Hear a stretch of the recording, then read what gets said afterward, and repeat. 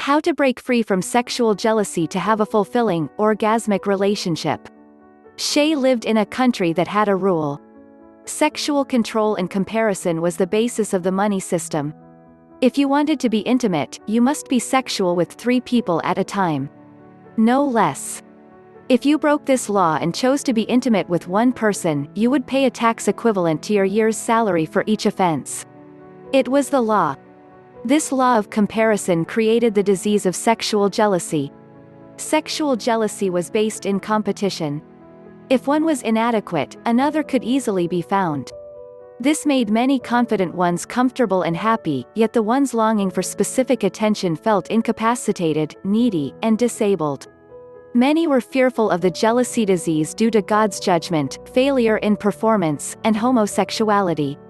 Many were fearful of the law as if the law was an entity of itself that could cut off body parts just for seeking pleasure and happiness with a consenting adult. Shay fit into the last category. He was worried that the law would cause his beloved to seek a woman that surpassed his capability, skill, and attention.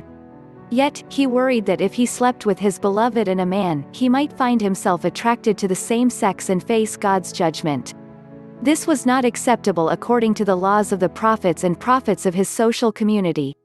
His ancestors would disown him in the afterlife if they knew he was having anal sex. Neither was acceptable and both created sexual jealousy. He wanted to know the best solution for how to break free from sexual jealousy to have fulfilling, orgasmic relationship. Shay was fearful like many. Fearful people chose celibacy to avoid living in a tent, but they often succumbed to early death from lack of love. Many people were asexual who were open to singing, walking, and looking into the eyes of another person exclusively, yet they viciously refused all touch.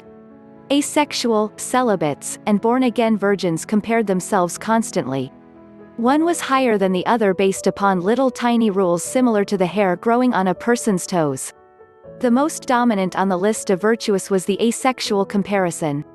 An asexual person could be labeled a born-again virgin by baptizing oneself in the blood of a being who died as a virgin. A born-again virgin could hold the hand of the sexually fallen. Those who had sex, got away with it, and disappeared into homeless camps to survive. The growing tent community gathered together to sing songs around a campfire to fight off their anxiety, but the solitude and loneliness pressed hard on the hearts of many. The leading cause of death was heart attacks, which was complicated by constant coughs and heaviness of the chest. Shay loved a woman who was extraordinary. She was elegant, powerful, graceful, and present. He wanted her exclusively for himself as he didn't want to measure his love to others. Comparison created fear and jealousy. He wanted to be with her, but he feared being diminished. One part of him was accepting of the concept of sharing, which manifested in his right foot. The other aspect that rejected the sharing concept manifested in his left foot. The 2 feet disagreed and separated as if they belonged to 2 bodies instead of one. He hoped the force of water would heal his feet, so he ran daily on the beach. But alas, each day he walked with a wider stride, a heavier heart, and fear from his indecision. He went to a doctor for a pill that could solve his medical issue, but the doctor only gave him advice. Cross your feet all night and do the opposite the next day. Shay followed his advice and even wrapped his feet with rope to keep them in place. By morning, he felt he was floating. He removed the binding on his feet, set his bare feet on the ground, and stepped forward. The heaviness of comparison and the heaviness of his beliefs were gone.